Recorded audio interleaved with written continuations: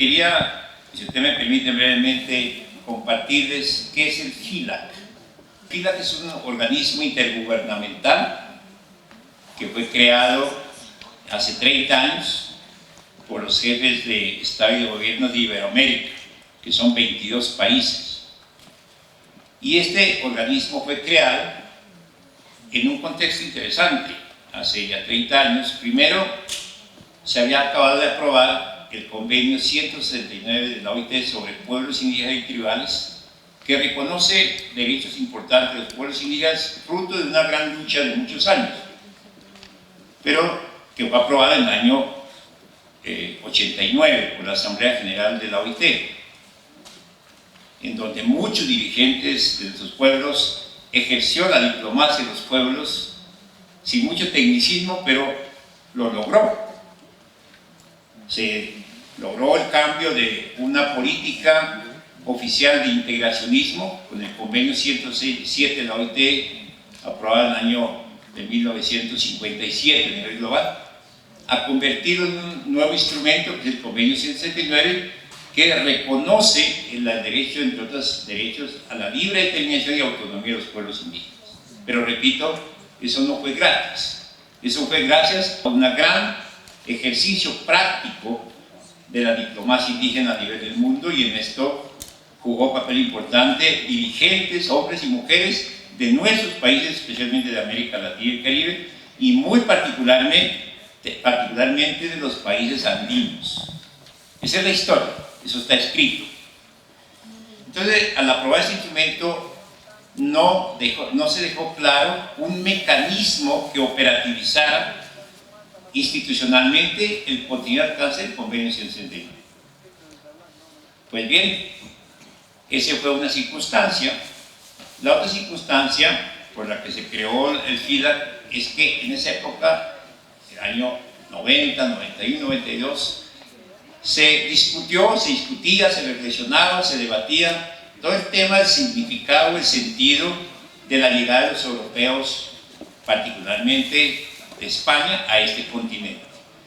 Esos dos factores llevaron a que dirigentes indígenas de Bolivia, de Colombia, voy a decir nombres concretos, pero por razón de tiempo no me detengo en esos aspectos, hicieron diplomacia para que se creara un mecanismo institucional que ayudara a hacer realidad lo que había quedado aprobado en el convenio 169 de OIT, y cambiara la historia de relacionamiento de los estados, de la sociedad no indígena, ¿verdad?, de políticas colonialistas, a hacer realidad lo que había quedado aprobado en el convenio 169. Y así fue que entonces se discutió durante 2 años o más, porque eso empezó en la primera cumbre 2 años antes, y llegó en el año 92 a aprobarse la creación de este instituto que se llama el FILAC. Lo resumimos, largo es Fondo para el Desarrollo de los Pueblos Indígenas de América Latina y el Caribe. ¿Y se crea para qué? La misión esencial del FILAC es trabajar por el desarrollo con identidad y cultura de los pueblos indígenas. Pero es un organismo intergubernamental. Entonces tenemos que trabajar al lado también de los gobiernos, que tienen la obligación de garantizar lo que está en el convenio 169, en otros instrumentos, tratados o leyes internacionales, como también las propias constituciones y leyes de cada país. Ese es el trabajo nuestro como FILAC. Pero también el FILAC es un organismo paritario. Y en ese sentido es un organismo internacional de los 22 países de Iberoamérica, único en todo el planeta. No hay otro organismo similar o parecido en África o en la región del Asia o en Europa, en ninguna parte. ¿Esto de lo paritario qué significa? Que los pueblos indígenas lograron, gracias a la diplomacia, que no es igual a la diplomacia que se aprende en las escuelas de diplomacia, que se tiene cada país, como decía aquí Albeniz, diplomacia práctica con sentido común, ¿verdad? Diplomacia basada en los sentimientos, en la lucha indígena, en la lucha de los pueblos. Se logró que este organismo fuera paritario. Esto significa que dentro de las instancias de gobierno del FILAC, que la máxima es la Asamblea General, la siguiente es el Consejo Directivo y la tercera es el Comité Ejecutivo, con voz y voto se sientan representantes de los gobiernos y representantes de los pueblos indígenas para tomar decisiones de políticas, programas, proyectos a favor de los pueblos indígenas. Eso no hay otra parte del mundo, lo tenemos acá. Eso es el FILAC. Y tiene un brazo o un componente ejecutivo que será llamado por estatutos o por el convenio constitutivo Secretaría Técnica, que he tenido el honor de presidir en estos últimos tiempos de la historia institucional. La sede del FILAC está acá en La Paz, Bolivia, desde su principio, desde su origen. El Estado Provisional de Bolivia, de su gobierno, ha facilitado una sede, ¿verdad?, en la que operamos y trabajamos desde La Paz para toda la región de América Latina. Lo coordinamos a través de las instancias establecidas. ¿Cuáles son las instancias? De cada país hay un representante, un delegado oficial de los gobiernos debidamente acreditado y un delegado de los pueblos indígenas debidamente acreditado, de cada país. Nosotros entonces desde la Secretaría Técnica tenemos la obligación y el deber, y así lo hacemos, coordinar con cada uno de los delegados, pero también tenemos la tarea de coordinar con las organizaciones representativas, y ese es el esfuerzo que hacemos día a día en el trabajo. Tenemos muchos programas, no me voy a tener allí, solo quería comentarles qué es el FILAC, ¿verdad?, qué hacemos en grandes líneas. Después creo que estaban distribuyendo una cartillita, un brochure, en donde resumimos cómo estamos organizados y trabajamos. En este momento, el presidente actual del FILAC, que es la máxima autoridad, es nuestro vicecanciller Freire Mamani, que estuvo en la sesión inaugural. Él es nuestro presidente, que representa a los 22 países de Iberoamérica, porque él es un funcionario destacado, un hermano indígena, pero es un funcionario. Entonces lo eligieron para un periodo de 2 años, es nuestro presidente. Nuestra primera vicepresidenta, porque está conformado por 3 cabezas.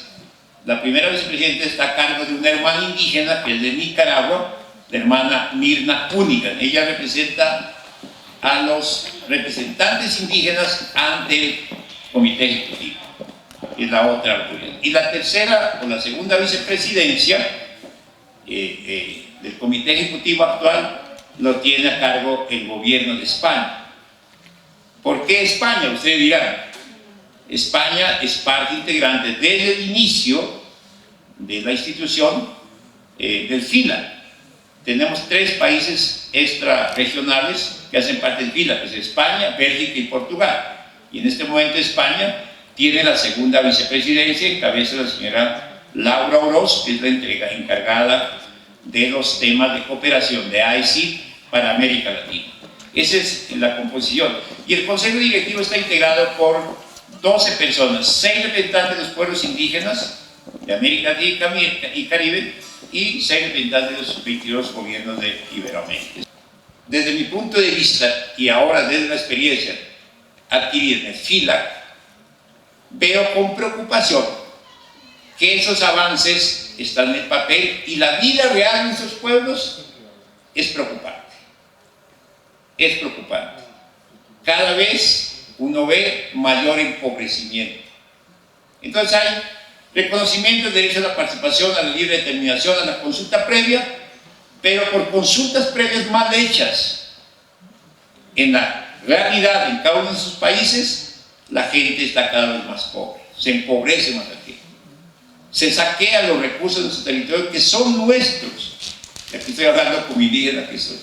Que son nuestros, que no fue fácil que nos reconozcan, se sigue sacando y nos siguen empobreciendo.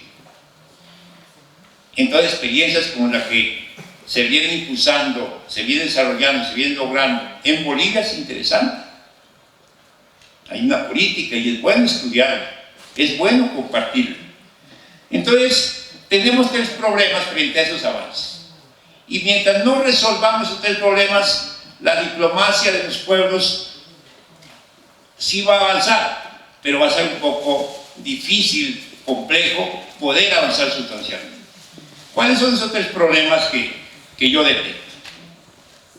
Una es que esos avances están en el papel, pero no se ha hecho un ejercicio pedagógico de apropiación por parte especialmente de quienes tienen que garantizar los derechos que están reconocidos en esos instrumentos o en la Constitución política, que son los servidores públicos. Entonces, si no se apropian, si no toman conciencia y no cambian de comportamiento, no cambian el chip, nos seguirán viendo a los indígenas como los pobrecitos que no lo somos, como los incapaces que no lo somos. Está demostrada la historia. Tenemos una historia larga, ya lo comentaba, ya por el libro de Charles Mann, ¿verdad? Y entonces la diplomacia de los pueblos va a quedar ahí enredada. Es necesario resolver esa situación. ¿Cómo resolverlo? Yo creo que podemos generar programas sistemáticos de apropiación, programas que sean de doble vía, indígenas y no indígenas, sujetos de derecho y gente que tiene que garantizar el derecho. El segundo problema, que yo creo que es un poquito más difícil de resolver, pero no imposible, en relación al primer punto que planteé, es lo que yo llamo reconocimiento de la diversidad formal, de la diversidad cultural de nuestros pueblos, que incluye el pluralismo jurídico, que incluye la diplomacia de los pueblos, versus estados e instituciones monoculturales. Tenemos un problema bien serio, y es que, aunque se ha reconocido por Constitución, y voy a decirlo con todo respeto y consideración, incluyendo Bolivia, que es un estado plurinacional por Constitución, Colombia, que es una nación multicultural por Constitución, Ecuador, que es un estado también plurinacional por Constitución, las estructuras institucionales en la realidad son monoculturales. No corresponde a lo que dice el espíritu y alcance de los tratados internacionales, de las constituciones, incluso de los llamados que hace la jurisprudencia de los altos tribunales de los países, o incluso de la Corte Interamericana, que abarca mucho más. Entonces, ¿cómo resolver eso? Tenemos que trabajar y hacer todo el esfuerzo juntos, y los pueblos tenemos que empujar a los estados y sus instituciones desde la diplomacia de los pueblos a que se modifique eso. Y hablar entonces estamos hablando de la necesidad de la interculturalización de las instituciones públicas y privadas de los estados, ¿verdad? Que correspondan a los avances formales que estaba comentando. Pero hablar de una interculturalización no significa abrir una oficina en una institución que diga asuntos indígenas y pongan a un indígena, pero si la estructura es monocultural. Esa no es la solución. Hablar de adecuación institucional integral hacia la interculturalización de la institucionalidad significa revisar principios y conceptos de política pública que corresponda a esos avances que están en los instrumentos, en los documentos, en las constituciones. Significa presupuesto. Hace unos años tuve la ocasión, desde la académica, hacer una revisión de todos los planes de desarrollo de la región de América Latina, incluyendo los nuestros. Y el promedio de presupuesto no llegaba al 1% para programas y proyectos concretos para pueblos indígenas. Claro, hay excepciones. Creo que hemos ido mejorando. En el caso de Colombia ha mejorado sustancialmente en los últimos años, pero no es suficiente. Porcentualmente no es suficiente.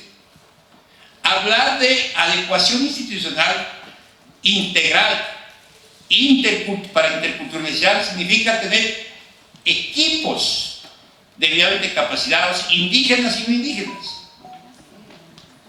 El tema indígena, el tema cultural, no es un asunto solamente de hablar en idioma, dar un saludo en idioma propio. Es mucho más que eso. Es entender el sentimiento, el pensamiento, la visión, la cosmovisión, la espiritualidad de los pueblos. Y el tercer problema que yo veo que tenemos que resolver para que la diplomacia de los pueblos en ejercicio de los derechos que hemos logrado reconocer, ser reconocidos, es lo que yo llamo la persistencia histórica, más bien la persistencia del empobrecimiento histórico. Tenemos una situación de dependencia, no podemos reunirnos si alguien no nos ayuda para que podamos reunirnos. Eso tenemos que resolverlo para que la diplomacia de los pueblos sea real y efectiva. No podemos seguir así. ¿Y eso qué significa? Tenemos que proponernos en serio y avanzar en serio en el desarrollo propio, en la economía propia. Yo digo que tenemos muchas cosas en las manos, de tal manera que lo que digamos en términos de diplomacia sea escuchada, sea atendida y sea ejecutada, y no se quede solamente en palabras o en el documento. Pero eso cuando sucede, cuando vamos con dignidad, con fuerza, con seguridad, porque no le debemos nada a nadie, no le debemos el tinto. Dice que no hay tinto gratis en el mundo, y eso es verdad. Y el día que nos tomemos tinto de nuestro propio esfuerzo, de nuestro propio producto, estamos tranquilos. Y no queremos que nos sigan aplicando políticas asistencialistas y paternalistas, que es lo que hasta ahora persiste, y a veces nosotros, los pueblos, nos contentamos con eso. Tenemos que sacudirnos, porque tenemos la capacidad. Nos han empobrecido, pero no somos pobres. Ese es otro punto crítico. ¿Y cómo lograrlo? Creo que lo que en Colombia llamamos haciendo un buen ejercicio de construcción de planes de vida o planes de desarrollo propio. Desde FIDA que estamos trabajando, hemos el año pasado hecho todo un ejercicio técnico y hemos establecido algo que llamamos el ICI, Instituto Iniciativa de Cooperación Indígena, Cooperación Sur-Sur, Cooperación Triangular. Tenemos muchas experiencias. Debemos abrir espacios de intercambio de experiencias. Aquí en Bolivia veo mucha experiencia. Colombia también hay, Ecuador también hay, hemos estado allá, Perú también hay. Si intercambiamos experiencias, articulamos esfuerzos, no nos van a parar nadie. Ahí la diplomacia de los pueblos va a fluir. Entonces, ese es otro problema que debemos revisar, pero en serio, ¿verdad? ¿Por qué los indígenas no podemos ser empresarios si están los recursos ahí? ¿Verdad? ¿Por qué no podemos tener nuestro banco propio si hablamos de asuntos de finanzas? Para tener lo necesario para movilizarnos a hacer las reuniones. Quiero terminar estas reflexiones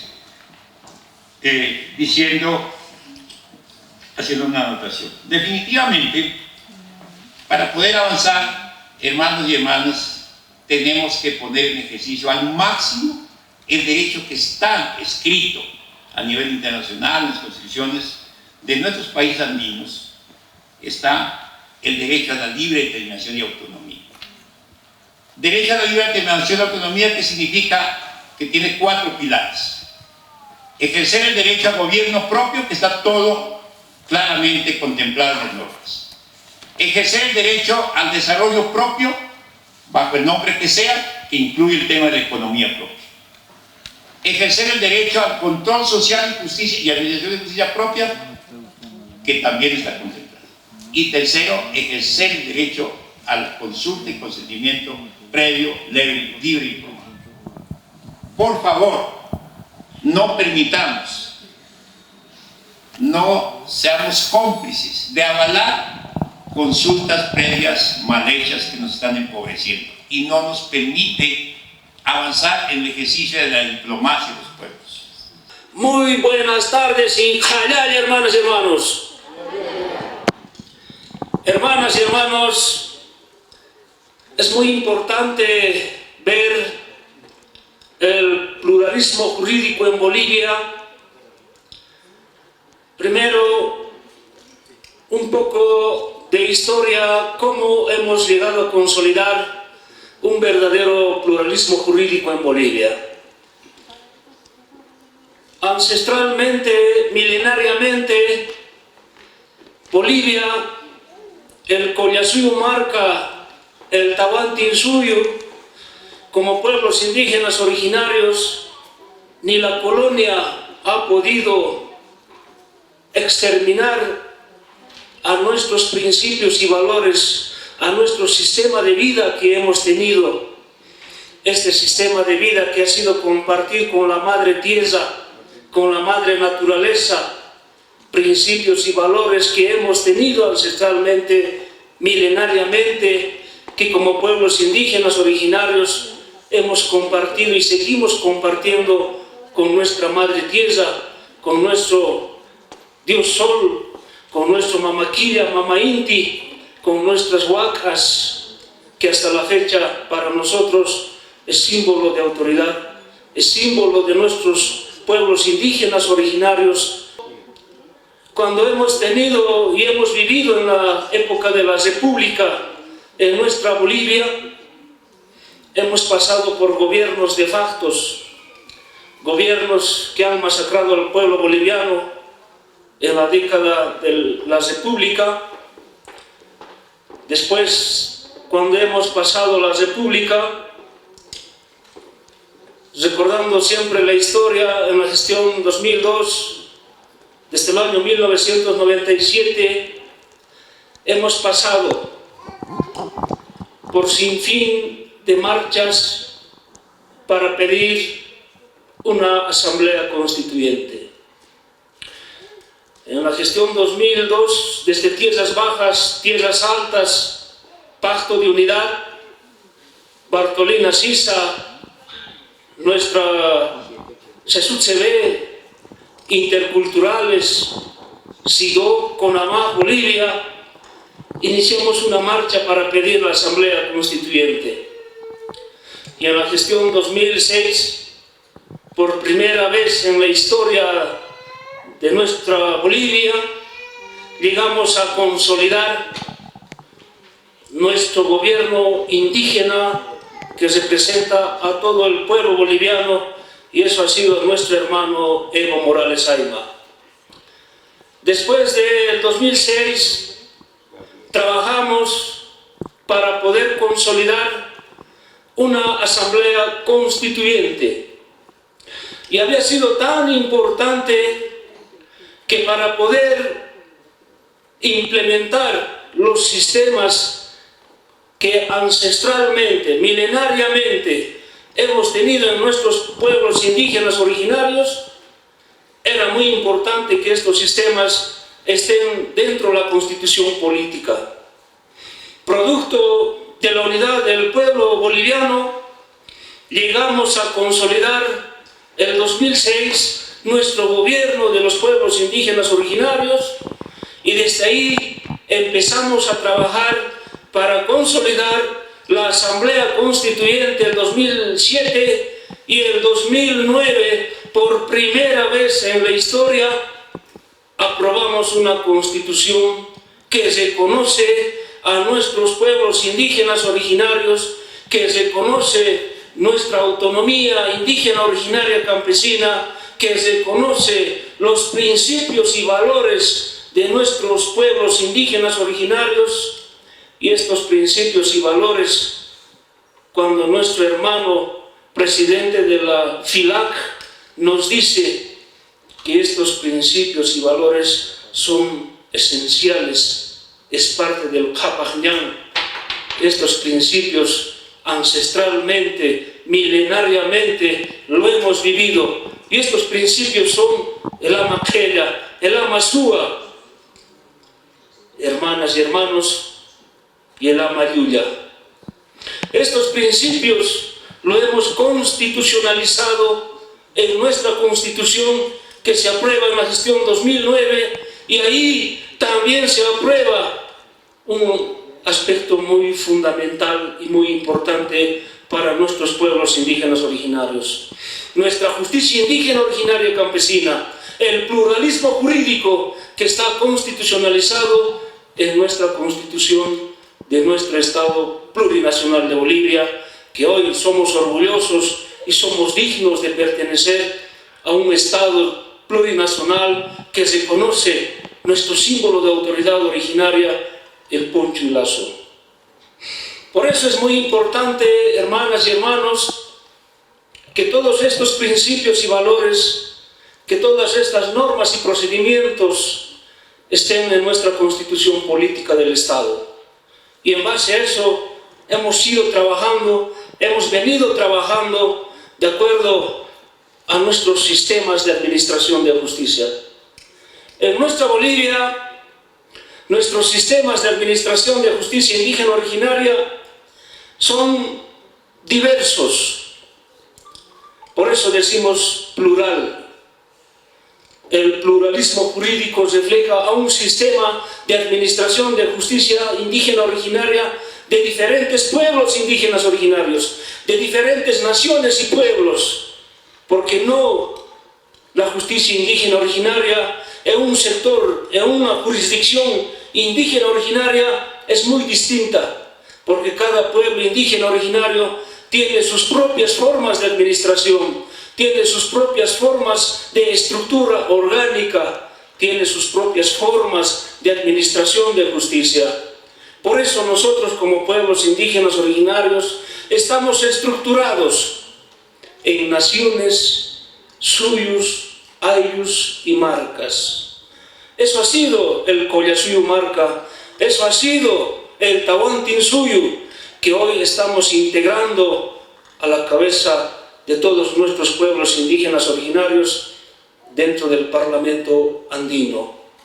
Por eso, nuestro sistema de vivencia, nuestra justicia indígena originaria, el pluralismo jurídico, como hemos mencionado, tiene sus propios mecanismos de aplicación de justicia indígena originaria. Y esto se ha constitucionalizado en nuestra Constitución, y a partir de eso nace la ley del deslinde jurisdiccional, que se conoce, hermanas y hermanos que están presentes acá, de nuestros diferentes países.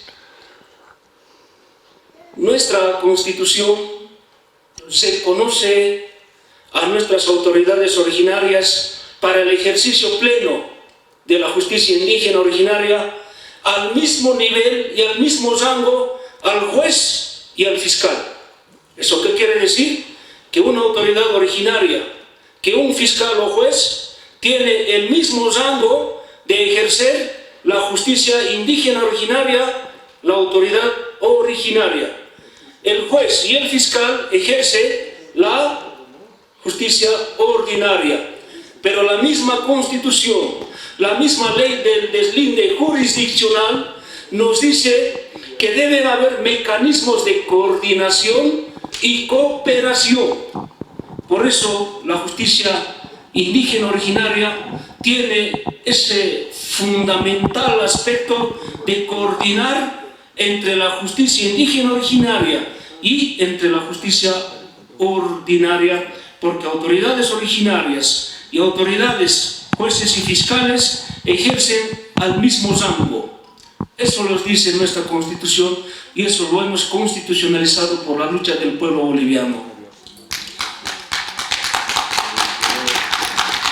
Asimismo, nuestra justicia indígena originaria, el pluralismo jurídico, hoy en nuestro país, nuestras autoridades originarias practican su justicia indígena originaria. Para ejercer la justicia indígena originaria, nosotros tenemos el contacto con la Madre Tierra, el respeto a nuestra Pachamama, el respeto a nuestro símbolo de autoridad originaria, que es el poncho y lazo. Nadie, así por así, administra justicia indígena originaria. Los que administran la justicia indígena originaria son aquellos quienes ejercen la autoridad originaria y son electos democráticamente bajo un consenso.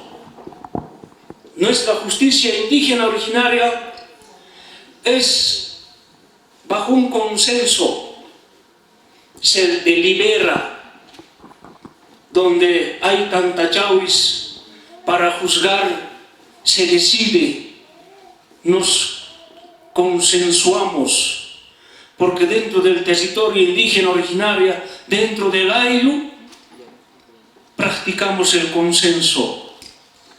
Nos autogobernamos y eso se llama nuestra libre autodeterminación de los pueblos. Y cuando nosotros juzgamos, son casos inapelables, injuzgables. Por eso la autoridad originaria ejerce ese símbolo de autoridad originaria. Decimos que es inapelable porque ni la justicia ordinaria puede revisar nuevamente, sino que eso es decisión inapelable. Por eso nuestra justicia indígena originaria es sabia, tiene esos principios de ser gratuita, rápida, oral. Nuestra justicia indígena originaria es sana, es pura, donde no se cobra plata como la justicia ordinaria. Esos son nuestros principios.